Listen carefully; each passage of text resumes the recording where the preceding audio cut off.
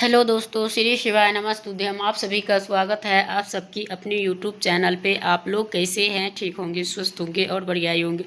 दोस्तों, वीडियो को बिल्कुल लास्ट तक देखिए। वीडियो अच्छी लगी तो वीडियो को लाइक करिए, चैनल को सब्सक्राइब करिए और लास्ट तक बने रहिए। जो मेरे न्यू भाई बहन हमसे जुड़े हुए हैं उनसे रिक्वेस्ट है कि वीडियो को लाइक करके चैनल को सब्सक्राइब कर लीजिए और कमेंट बॉक्स में जय छठी मैया ज़रूर से लिखिए। और इस पे जो है छठ पूजा यानी कि 2025 में कब है, 27 या 28 अक्टूबर का। और शुभ मुहूर्त क्या है, महिलाओं को नहाय खाए के दिन कौन सी परंपरा कब करना चाहिए और क्या करना चाहिए, नहाय खाए में क्या खाना चाहिए क्या नहीं खाना चाहिए। तो दोस्तों, वीडियो को लास्ट तक देखिएगा। अगर वीडियो स्किप करके देखेंगे तो फिर आपको समझ में नहीं आएंगे, तो आप लोग इसलिए पूरा वीडियो लास्ट तक देखना है। अगर स्किप कर करके देखेंगे तो आपको समझ में आएंगे ही नहीं। तो चलिए जानते हैं, ठीक है। तो आप लोग से एक हाथ जोड़ के रिक्वेस्ट है कि चैनल को सब्सक्राइब करके रखिए, वीडियो को लाइक कर दिया करिए और ज़्यादा से ज़्यादा लोग तक के शेयर करिए। क्योंकि जो यूट्यूब पे जो वीडियो जा रहे हैं ना, तो ये यूट्यूब वाले भाई साहब जितने लोग के पास इनको भेजना होता है ये नहीं भेजता है। और क्योंकि इनको पता नहीं क्या चीज़ का दुश्मनी है और क्या है, ये तो यूट्यूब वाले भाई साहब ही जानते हैं और उनकी मर्जी है। तो कोई दिक्कत नहीं है, जो मेहनत करता है उनको कभी हार नहीं होती है। तो आप लोग को वीडियो और उपाय देखनी है तो गुरुजी द्वारा कथा के माध्यम से सुन के और आप सभी तक के पहुंचाती हूँ। तो आप लोग वीडियो को लाइक करिए और महादेव योग चैनल को सर्च करके आप लोग देख सकते हैं। बस तो आप सर्च करेंगे तो आपको दोनों टाइम के उपाय आपके साथ रहेंगे दोस्तों। तो आप लोग ऐसे स्किप करके देखेंगे तो आधे अधूरी ज्ञान कभी भी कामयाब नहीं दिलाते हैं और आपको फ़ायदा के जगहों में गैर फायदा नुकसान पहुंच सकते हैं। तो चलिए जानते हैं कि वो कौन से काम हमें करना है और कौन से नहीं करना है। तो उसी के साथ और छठी मैया की जय, ये ज़रूर से पहले ही वीडियो स्टार्ट करने से या देखने से पहले कमेंट बॉक्स में ज़रूर से लिख दीजिएगा। छठी मैया जिन्हें छठ माता और सृष्टि देवी या सूर्य देव की यानी कि अर्घ उठाया जाता है, अत्यंत पूजा किए जाते हैं। कार्तिक शुक्ल पक्ष का सृष्टि तिथि का किया जाता है। हम सब छठ पूजा के रूप में जानते हैं। यह पर्व एक व्रत नहीं, केवल सूर्य उपासना और मातृत्व उनको भावना और महान उत्सव है।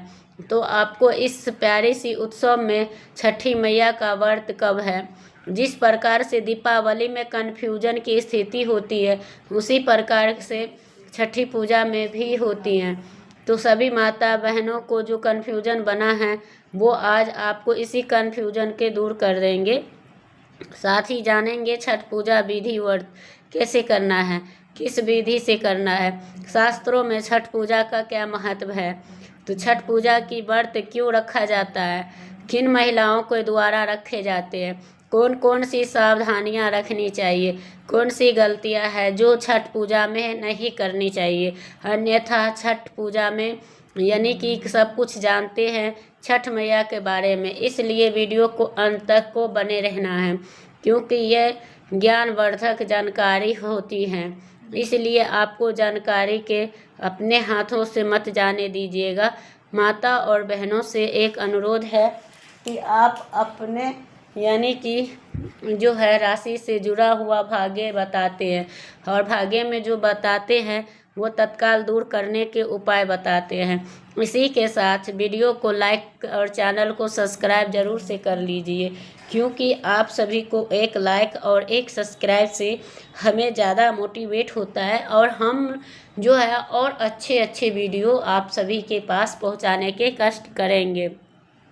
तो छठ का पर्व साल में 2 बार मनाए जाते हैं, एक चैत के महीने में और दूसरा कार्तिक के महीने में।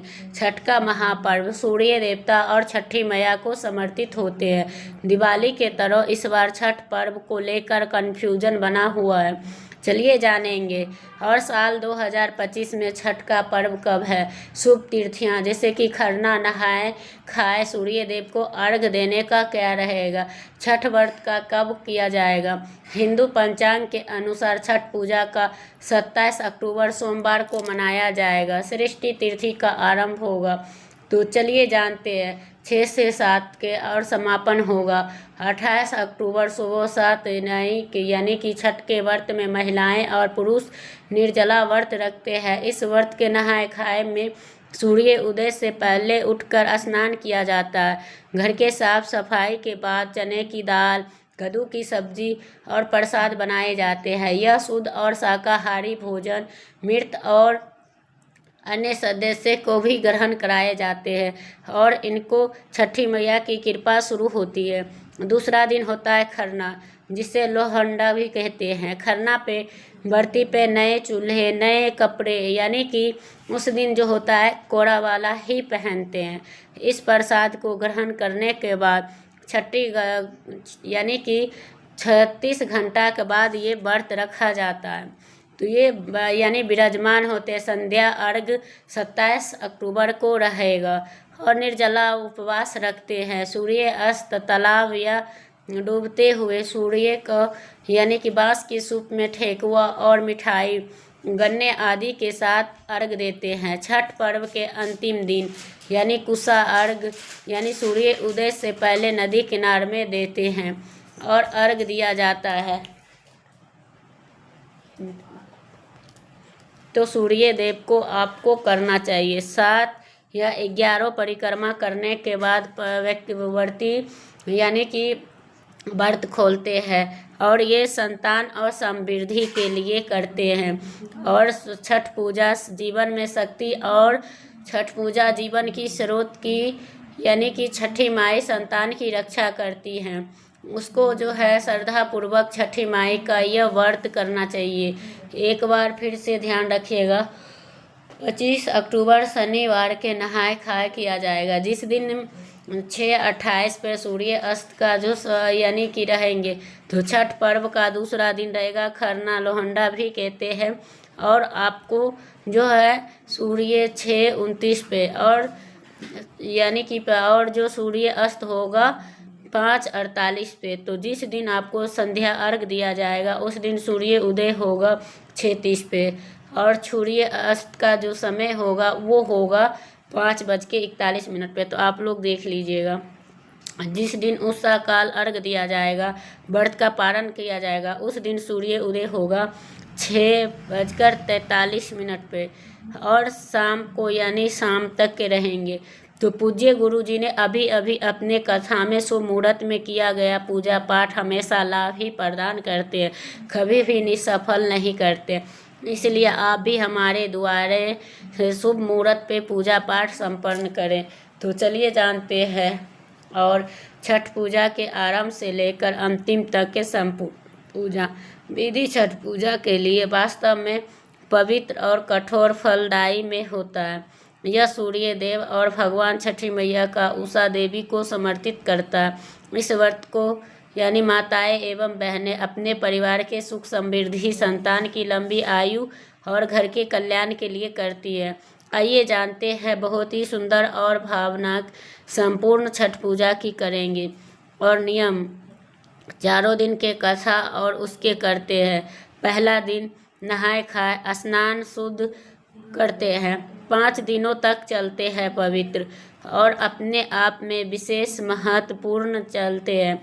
प्रत्येक दिन अलग अलग महत्व होता है। चलिए जानते हैं संपूर्ण छठ पूजा का। नहाए खाए कहलाता है। उस दिन व्रती महिलाएं प्रातः ब्रह्म मुहूर्त में उठकर गंगा, तालाब या पवित्र चीज में स्नान करते हैं। घर लौटकर शुद्धता के साथ रसोई तैयार की जाती है। घर के अंदर पूरे स्थान पर गोबर से लीपकर शुद्ध किया जाता है और पूजा का स्थान तैयार किया जाता है।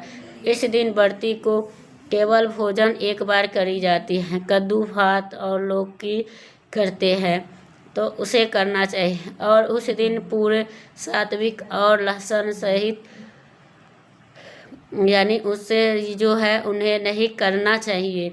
और जैसे कि उनको जल अर्पण किया जाता है और उनको प्रसाद ग्रहण किया करते। उस दिन मन के शुद्धता और शरीर की शुद्धता की होती है। उसी दिन से भोजन आरंभ यानी करते हैं। स्नान नहाए खाए के दिन उस दूसरे दिन से गुड़ चावल का प्रसाद बनता है तो उसे खरना कहलाते हैं। उस दिन बढ़ती भर दिन निराहार निर्जला रहती है, यानी कुछ भी नहीं खाती है, ना जल ग्रहण करती है। संध्या काल में सूर्य अस्त के बाद आपको नदी या घर के स्थल पर होता है तो आपको पूजा और उसके करते पूजा और मिट्टी पर यानी बना हुआ गुड़ का खीर और रसिया रोटी ठेकुआ और केले का प्रसाद तैयार किया जाता है। सूर्य को भगवान का अर्घ देकर उनका आभार प्रकट किया जाता है। यही प्रसाद व्रती ग्रहण करते हैं। खरना का प्रसाद पूरे परिवार और आस पड़ोस में बांटा जाता है। यह आत्म सहयोग और परिचायक है और इसे जो है यानी छठी मैया प्रवेश करती है। तीसरा दिन संध्या अर्घ यानी पहला अर्घ सूर्य देव को देते हैं।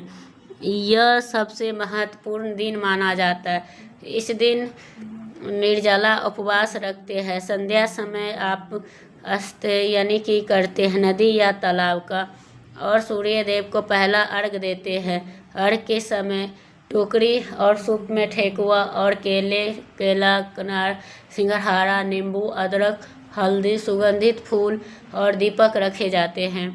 परिवार के हर सारे सदस्य यानी सब जल में रहते हैं।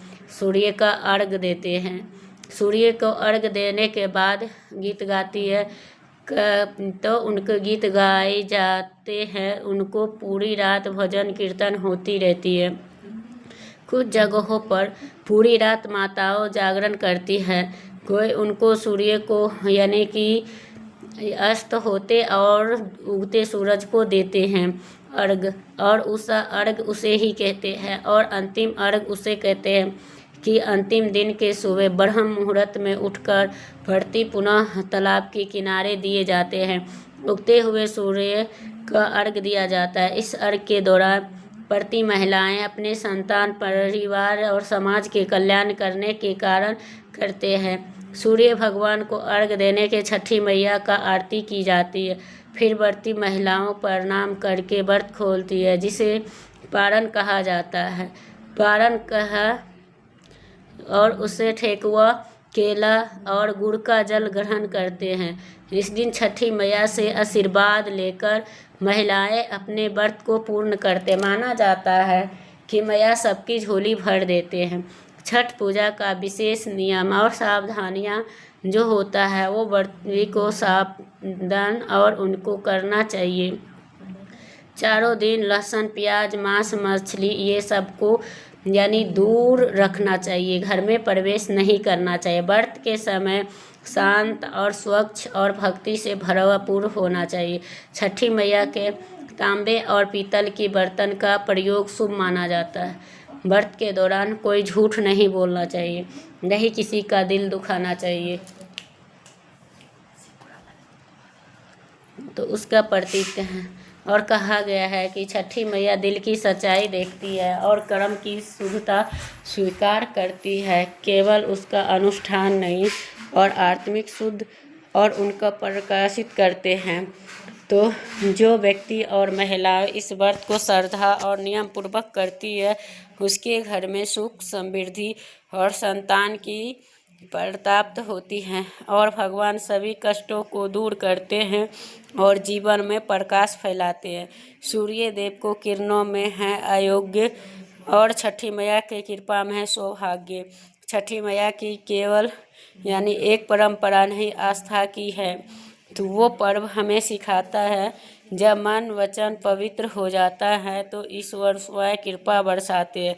हर वर्ष घाटों पर चंद चमकती हैं तो माताएं गीत गाती है तो लगता है कि जैसे कि आकाश और धरती पे फैलते हैं। तो दोस्तों वीडियो को इसी के साथ एंड करती हूँ और फिर मिलते हैं एक नया वीडियो के साथ। तब तक के लिए श्री